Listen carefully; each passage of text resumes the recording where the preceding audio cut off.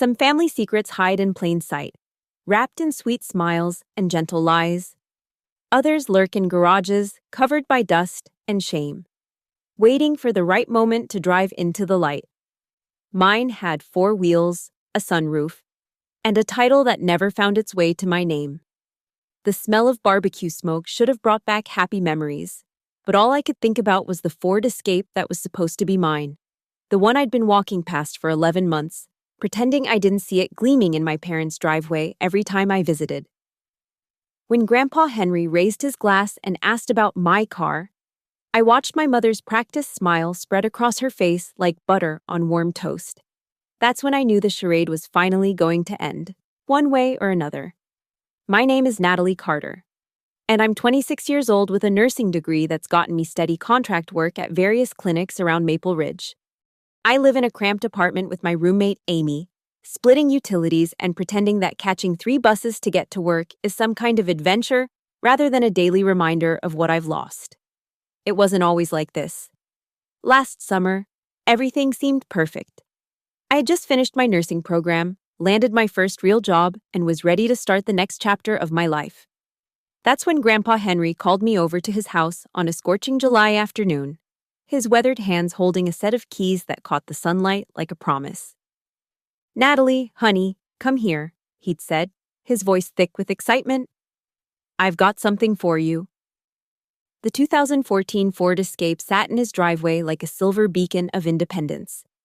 It wasn't new, but it was mine. Or at least, it was supposed to be. The interior still smelled faintly of vanilla air freshener. And when I opened the glove compartment, I found a handwritten note tucked inside. "So you can go anywhere, any way you choose. Love, Grandpa." I'd cried right there in his driveway, not caring that the neighbors might see. 25 years old, and I was crying over a car. But it wasn't really about the car. It was about freedom, about possibility, about having someone believe in me enough to give me the tools to build my own life. "The paperwork's all ready," Grandpa had said, patting my shoulder. "Just need to get it transferred to your name, and you'll be all set." That should have been the end of the story. That should have been the beginning of my real independence. Instead, it was the last time I sat behind the wheel of what was supposed to be my car. My mother, Susan Carter, has always been what people politely call involved in my life. She's the type of woman who remembers every deadline, every appointment, every detail of everyone's business, especially when that business involves her daughter. When I called her the next day to ask about getting the car transferred to my name, she was ready with a list of reasons why we needed to wait. "Oh, honey, let's not rush into this," she said, her voice carrying that particular tone that meant she'd already made up her mind. "The insurance situation is complicated, and I want to make sure everything is done properly. You know how these things can get messy if you don't cross every T and dot every I?" It sounded reasonable. It always sounded reasonable when my mother explained things. She has a gift for making her control sound like care, her manipulation feel like protection. "But Mom, Grandpa already has all the paperwork ready," I protested. "He said it would just take a quick trip to the DMV. "Sweetheart, your grandfather is wonderful, but he's not exactly an expert on modern car registration. Trust me, I've been dealing with this kind of thing for years. Let me handle the bureaucracy, and you can focus on starting your new job." The weeks turned into months, and every time I asked about the car, there was a new excuse. The insurance company was backed up, the DMV was having computer problems, there was some issue with the title that needed to be resolved. Each explanation came with the same sweet smile and the same promise that we'd take care of it soon. Meanwhile, the Ford Escape sat in my parents' driveway, sometimes moved to make room for guests, sometimes driven to run errands, but never driven by me. When I asked to borrow it for work, my mother would sigh and explain that it wasn't properly insured for me to drive yet. When I offered to pay for the insurance myself, she'd wave me off and say she was still working on getting the family discount sorted out. My father, Martin Carter, had perfected the art of selective hearing over 30 years of marriage.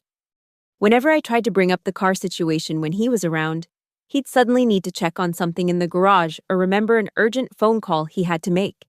He'd been wearing the same pair of noise-canceling headphones for 6 months, and I was starting to think they were less about music and more about maintaining plausible deniability. By winter, I'd stopped asking directly. Instead, I started documenting everything. I kept copies of every text message, every email, every phone call where my mother promised to handle the paperwork next week. I started taking photos of the car in their driveway, noting the dates and times when it was clearly being used by someone who wasn't me. The worst part wasn't the inconvenience of not having a car, it was the lying. Every time I talked to Grandpa Henry, he'd ask about the Ford Escape with genuine excitement, wanting to know how it was running, whether I liked the way it handled, if I'd taken any good road trips yet. Each time, I'd fumble through some excuse about how I was still getting used to having a car, how I was being careful with it, how grateful I was for his gift. I hated lying to him, but I hated the thought of disappointing him even more.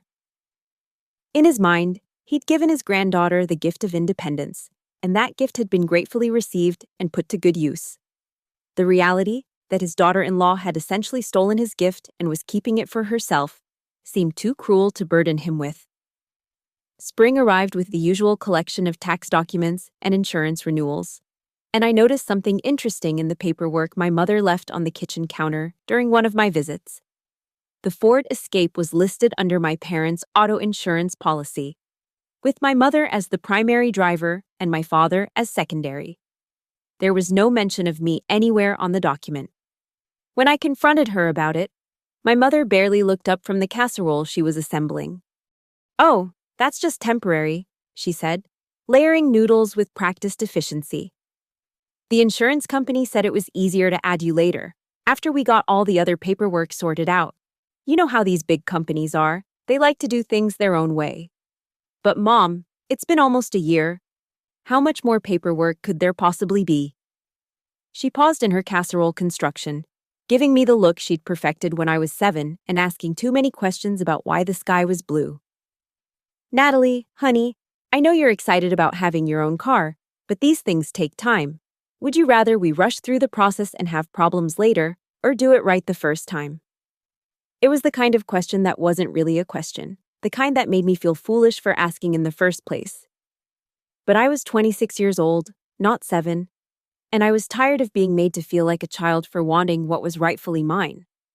"I'd rather have the car that Grandpa gave me," I said, trying to keep my voice steady.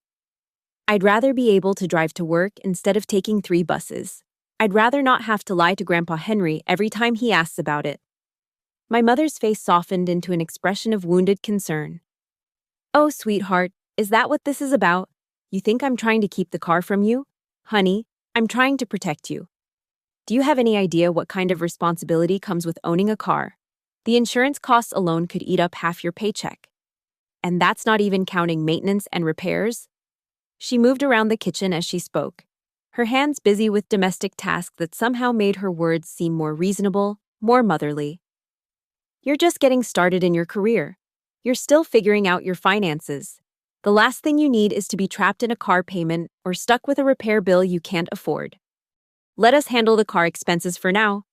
And when you're more established, we can talk about transferring everything to your name." It was a masterclass in manipulation, so smooth and caring that I almost believed it myself. Almost. "But Grandpa already paid for the car," I pointed out. "There's no car payment." "There's still insurance, maintenance, registration fees, inspection costs," she countered. "Plus, what if something happens to it? What if you get in an accident? Do you have enough money saved up to cover a deductible? Do you know what kind of coverage you need?" The questions came fast and sharp, each one designed to highlight my inexperience, my financial instability, my general unreadiness for adult responsibilities. By the time she finished, I felt like a teenager asking to borrow the family car for prom, not a grown woman trying to claim a gift that had been specifically given to me. I left that day feeling defeated and confused, wondering if maybe my mother was right, if maybe I wasn't ready for the responsibility of car ownership. It wasn't until I was halfway home on the bus that I realized she'd never actually addressed the central issue. The car was mine, given to me by my grandfather. And I had every right to decide for myself whether I was ready for the responsibility that came with it. That night, I called Grandpa Henry. Hi, Grandpa. I was wondering if you might want to have a barbecue soon. It's been too long since we all got together. His voice brightened immediately. That sounds wonderful. Honey, how about Father's Day weekend? I'll fire up the grill and we can do it up right. That sounds perfect. I can't wait to see you. Me too, sweetheart. And I'm looking forward to hearing how you're enjoying that car. You'll have to drive it over so I can see how it's holding up.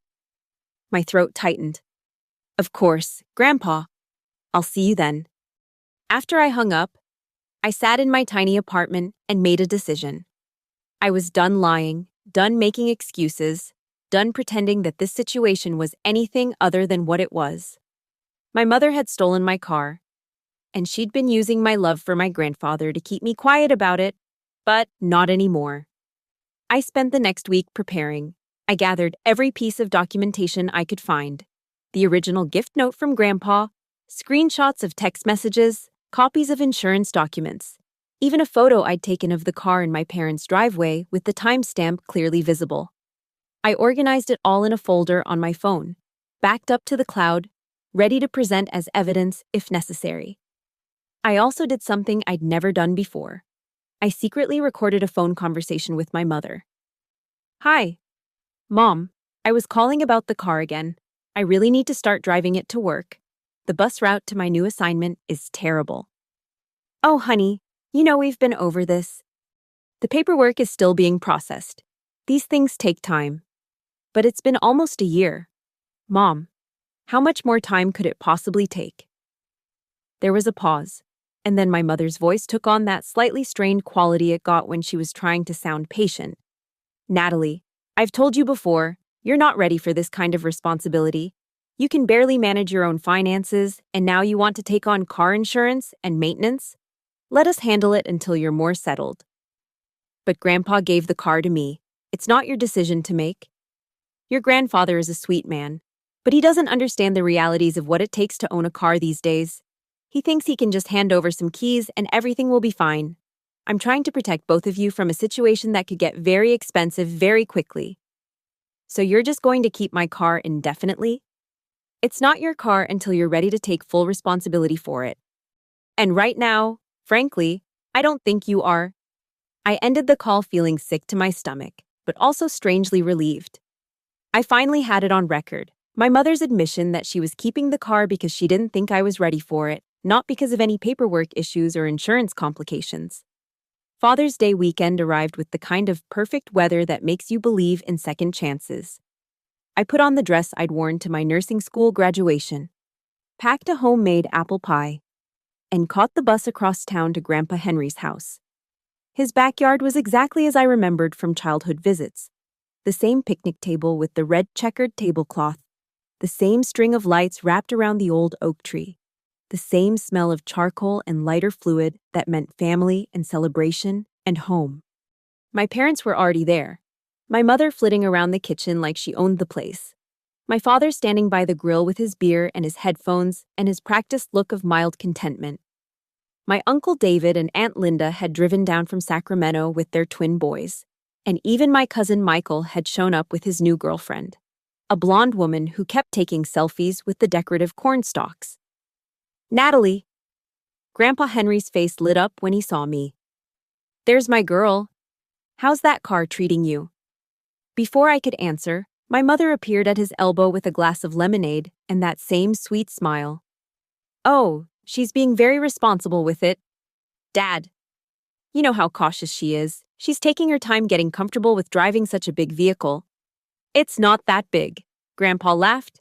It's just a compact SUV. Perfect for a young lady starting out on her own. Well, you know how careful she is, my mother said, patting his arm. She wants to make sure she's really ready before she starts driving it regularly. I watched this exchange with a familiar mixture of rage and helplessness. My mother had gotten so good at speaking for me, at crafting a narrative that made her control sound like my choice, that even I sometimes forgot what the truth actually was. The afternoon progressed with the usual family rhythms. Too much food, too much beer, too many stories that everyone had heard before but nobody minded hearing again. My cousin Michael's girlfriend turned out to be studying social work. and we had a nice conversation about the challenges of working in healthcare. Uncle David updated us on his latest fishing adventures, complete with photos of the ones that didn't get away. It was pleasant and normal and utterly surreal, like being an actor in a play where everyone knew their lines except me. As the sun started to set, Grandpa Henry called everyone to gather around the picnic table. He raised his glass of lemonade and smiled at the faces surrounding him. "I want to make a toast," he said, his voice carrying that particular warmth that made everyone lean in closer. "To family, to good food, and to the next generation making their own way in the world." He turned to look at me, his eyes twinkling with grandfatherly pride. "And speaking of making your own way, Natalie, I hope you're still loving that car I got you. Is it everything you hoped it would be?" The question hung in the air like smoke from the grill. I could feel everyone's eyes on me, waiting for my answer.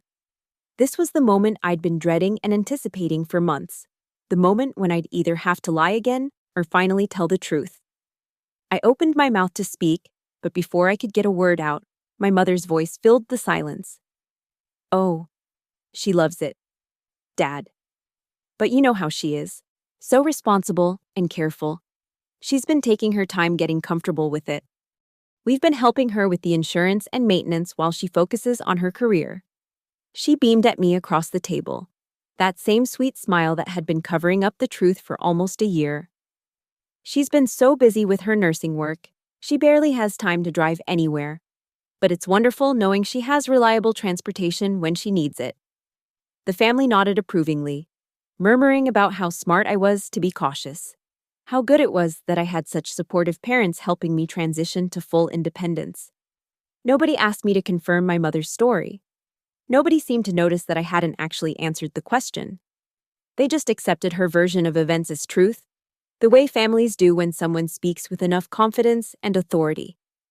I sat there in the gathering twilight, listening to my mother rewrite reality with such practiced ease that I almost wondered if I'd imagined the past year of frustration and lies. Almost. "Well," Grandpa Henry said, raising his glass higher, "here's to Natalie and her bright future. May she always have the freedom to go wherever life takes her." Everyone drank to that toast, even me, though the lemonade tasted bitter in my mouth. After dinner, while the adults lingered over coffee and the kids chased fireflies in the growing darkness, I excused myself and walked toward Grandpa's garage. I needed a moment alone, a moment to figure out what I was going to do next. The garage door was open, and there, parked behind a stack of folding chairs and some old Christmas decorations, was my Ford Escape. It looked exactly the same as it had that day last summer when Grandpa first showed it to me, clean, well-maintained, ready for adventure. I slid behind the wheel and sat in the familiar silence of the interior. The vanilla air freshener was long gone, replaced by the faint scent of my mother's perfume. The radio was preset to her favorite stations. The seat was adjusted to her height. Not mine. This was my car, bought with my grandfather's money and given with his love. But it had become my mother's car in every way that mattered. She drove it to her book club meetings and her doctor's appointments. She filled it with gas and took it for oil changes and probably thought of it as a convenient second vehicle, rather than a stolen gift. I pulled out my phone and opened the folder of evidence I'd been compiling. All those screenshots and documents and recorded conversations, proof that I'd been wronged, that my mother had manipulated and lied and stolen from me. But sitting there in the driver's seat of the car that should have been mine, I realized that proving I'd been wronged wasn't enough. I needed to do something about it. I found Grandpa Henry in his living room, sitting in his favorite recliner with a photo album open on his lap.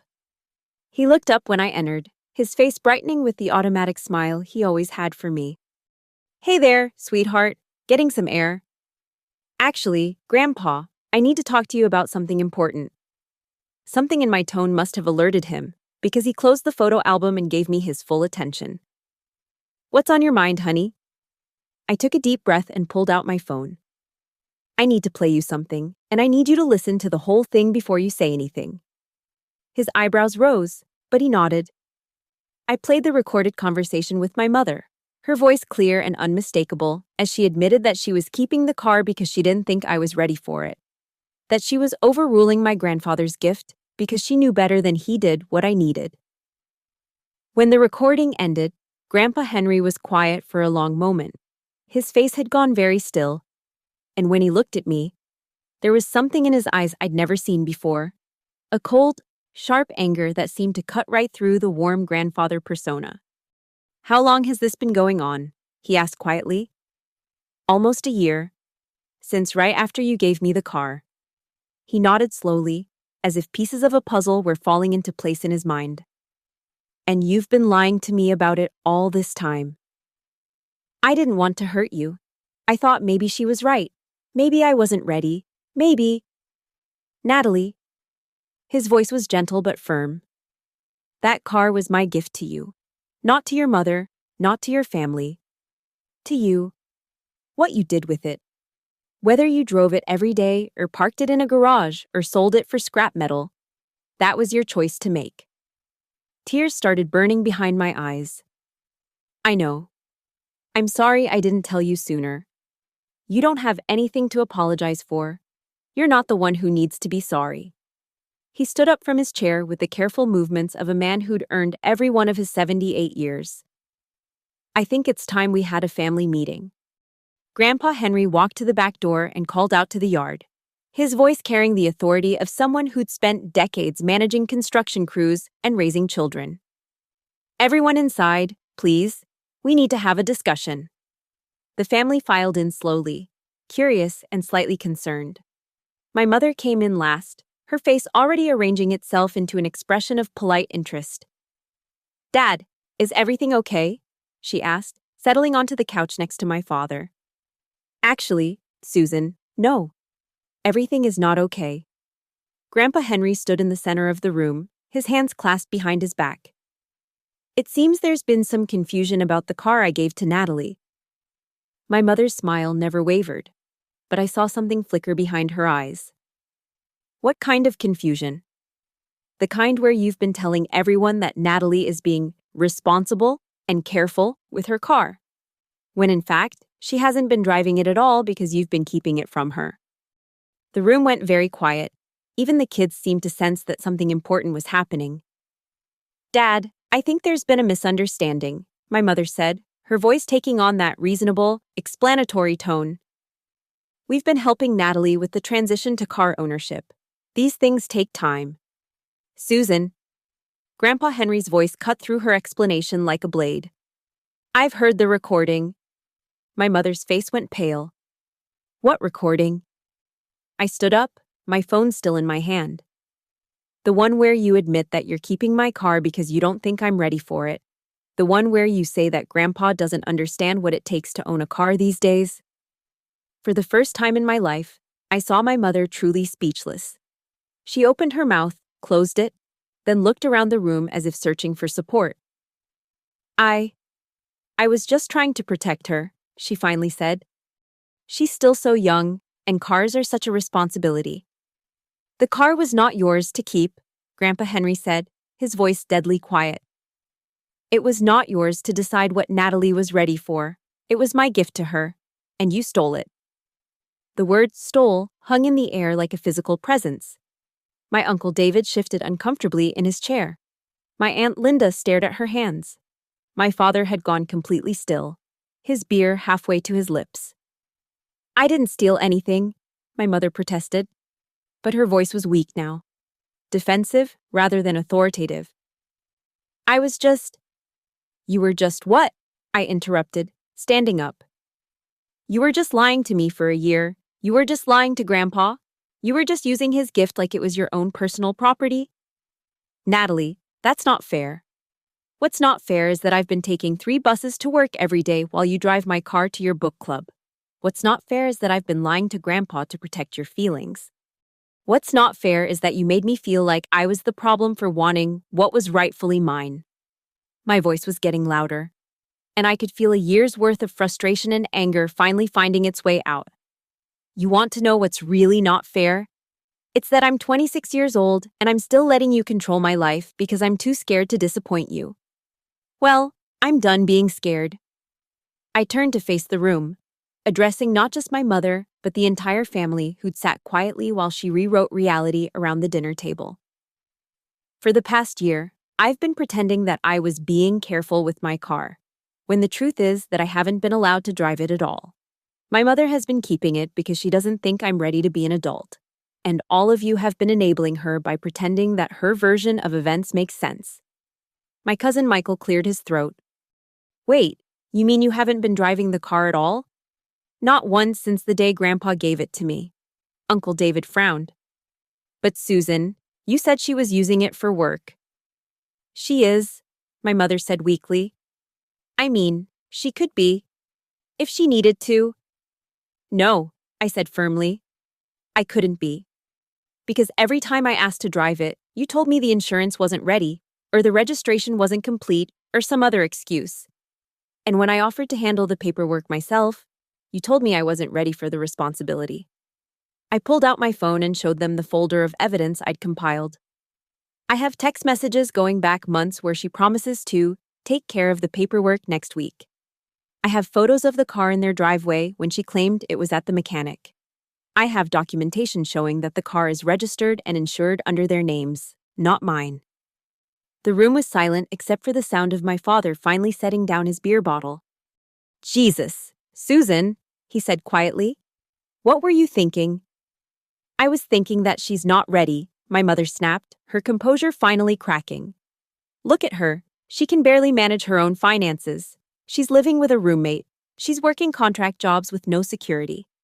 You want me to just hand over a car worth thousands of dollars to someone who doesn't even have a stable income? Yes, Grandpa Henry said simply. That's exactly what I want you to do. Because it's not your car to hand over. It's hers. He walked to the mantel and picked up a picture of my nursing school graduation, then turned back to face my mother. You know what I see when I look at Natalie? I see a young woman who put herself through school, who's building a career in a field where she helps people, who's working hard to make her own way in the world. You know what I don't see? I don't see someone who needs her mother to make her decisions for her. He set the picture down and looked directly at my mother. But apparently, you do, and that says a lot more about you than it does about her. My mother's face crumpled. I was just trying to help. No, I said, my voice steady now. You were trying to control. There's a difference. I looked around the room at my family, some of them embarrassed, some of them angry. All of them finally seeing the situation clearly for the first time. I don't need your approval to be an adult. I continued. I don't need your permission to make my own mistakes. And I don't need you to protect me from experiences that you think I'm not ready for. I turned back to my mother, who was staring at her hands. What I needed was for you to respect the fact that Grandpa gave me a gift, and trust that I was capable of handling it. Instead, you decided that your judgment was more important than his wishes and my rights. Grandpa Henry walked to his desk and pulled out a manila envelope. The original title transfer paperwork, he said, handing it to me. I've been keeping a copy all this time, wondering why it was taking so long to get processed. I took the envelope with shaking hands. Inside was everything I needed to register the car in my name, along with the original handwritten note I'd found in the glove compartment that first day. Thank you, I whispered. Don't thank me, he said. It was already yours. I'm just making sure you get what belongs to you. My mother stood up abruptly, her purse clutched in her hands. I think we should go, she said to my father. He nodded and stood up slowly, not meeting anyone's eyes. Susan, Grandpa Henry said as they headed toward the door. If you ever interfere with that car again, if you so much as touch it without Natalie's permission, I'll call the police and report it stolen. She paused at the door, her back rigid with anger and embarrassment. I was trying to help her, she said one more time. I know, he replied. That's what makes it so sad. After they left, the rest of the family began to disperse, offering awkward hugs and promises to call soon. Nobody seemed to know quite what to say. And I didn't blame them. It's not every day you watch someone's carefully constructed reality fall apart over dessert. Uncle David stopped to squeeze my shoulder on his way out. You did the right thing, kiddo, he said quietly. It couldn't have been easy. When everyone was gone, I sat on Grandpa Henry's couch with the manila envelope in my lap, feeling strangely empty. I'd won, I supposed. I'd gotten my car back, exposed the truth, stood up for myself. So why did I feel more exhausted than triumphant? You okay, sweetheart? Grandpa Henry asked, settling into his recliner. I think so. It's just, I keep thinking about how she said she was trying to help me. She probably was, in her own way. That's what makes it so hard. How do you mean? He was quiet for a moment, looking out the window at the darkening sky. Your mother loves you. I don't doubt that for a second.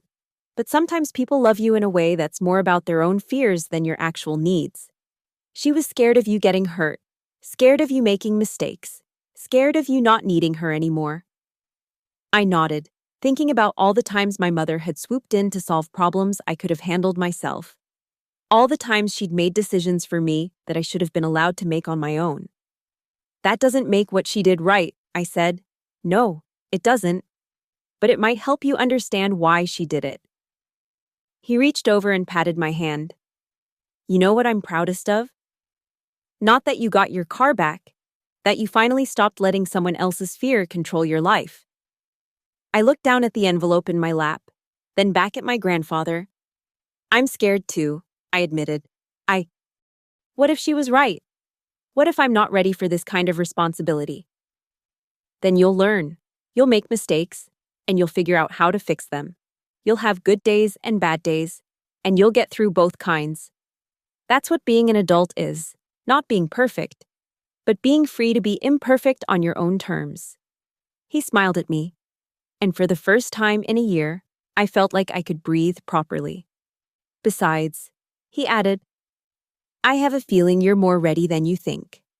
I stayed for another hour, helping him clean up the remnants of the barbecue. We didn't talk much, but it was a comfortable silence, the kind that comes after hard truths have been told and accepted. When I finally left, I walked to the garage and stood in front of my Ford Escape one more time. Tomorrow, I'd take the paperwork to the DMV and make it officially mine. I'd call my insurance company and set up my own policy. I'd fill the tank with gas and adjust the seat to my height and preset the radio to my favorite stations. But tonight, I just wanted to sit in the driver's seat and remember what it felt like to have someone believe in me enough to give me wings. The keys were in the ignition, right where Grandpa Henry had left them that first day. I turned them just enough to power on the radio, and soft music filled the interior. Through the windshield, I could see the house where I'd grown up, the yard where I'd played as a child, the family that was still learning how to let me be an adult.